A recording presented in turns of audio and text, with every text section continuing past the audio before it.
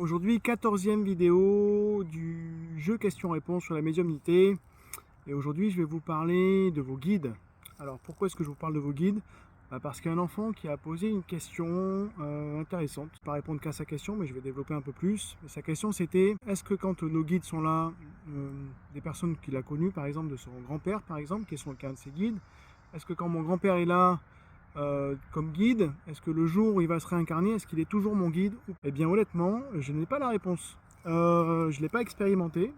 Donc tant que je n'ai pas expérimenté moi-même pour obtenir une réponse du coup qui est testée, approuvée par moi-même, ce qui est déjà pas mal, je ne peux pas vous dire avec certitude que ça se passe comme ça. Mon point de vue à moi pour tout ça, c'est qu'il n'y a aucune limite.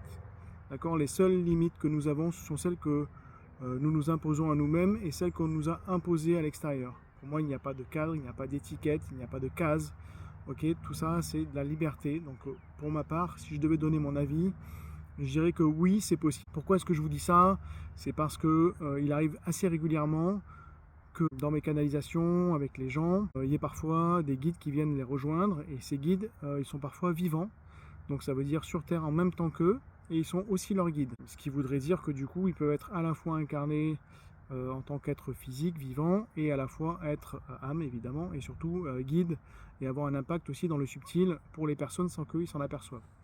Je vous dirai ça. Ensuite, qu'est-ce que c'est les guides de façon plus générale? Qu'est-ce que c'est un guide? Alors effectivement, pour beaucoup de gens, un guide c'est une personne qui a été défunte. Donc ça peut être plein de choses. Ça peut être un enfant, ça peut être un adulte, un père, une mère, un frère, une sœur. Ça peut être des amis, mais ça peut être beaucoup plus que ça. Il y a beaucoup d'autres choses derrière, des grands-parents bien sûr, ou arrière-grands-parents. Mais ça pourrait aussi être, par exemple, un animal totem qui pourrait être un guide. Alors pas comme vous pourrez l'entendre, de guide qui va venir vous parler, machin, enfin quoique un animal ça vous parle aussi, enfin vous n'entendez peut-être pas, mais du coup moi oui il me parle, surtout quand je suis dans le subtil. Je sais pas, par exemple si votre animal totem c'est le renard, bon bah dites-vous qu'à chaque fois que vous voyez un renard c'est qu'il y a quelque chose à comprendre derrière, donc il y a une question à se poser.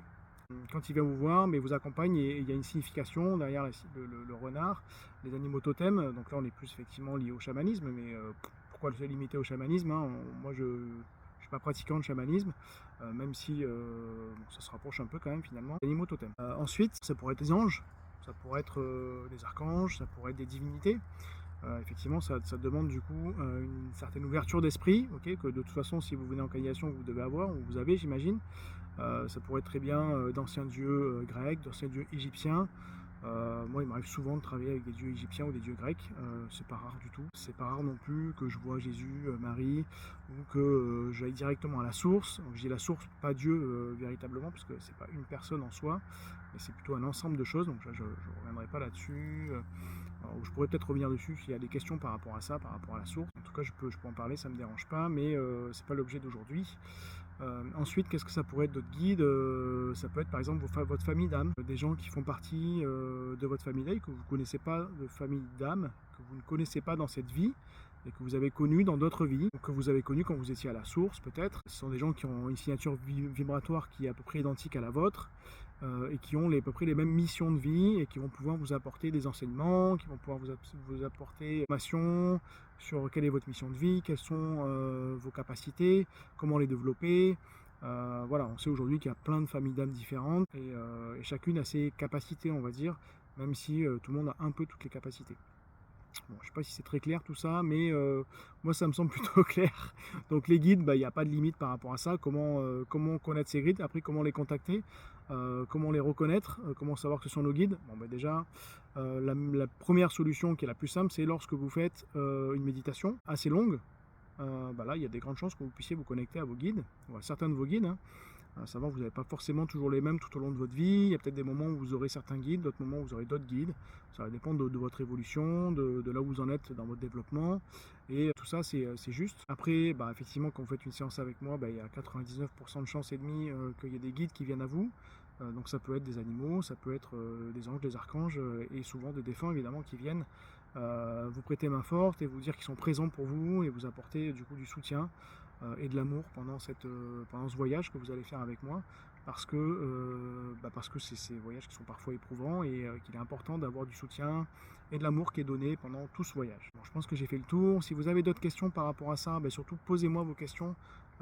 Posez-moi vos questions. Il me reste encore quelques sujets d'avance, mais on arrive presque au bout. Donc si vous voulez développer de nouveaux sujets et avoir de nouvelles infos sur différents points, bah, n'hésitez pas, moi je continuerai à faire les vidéos donc au rythme de une tous les 2 jours et 3 par semaine.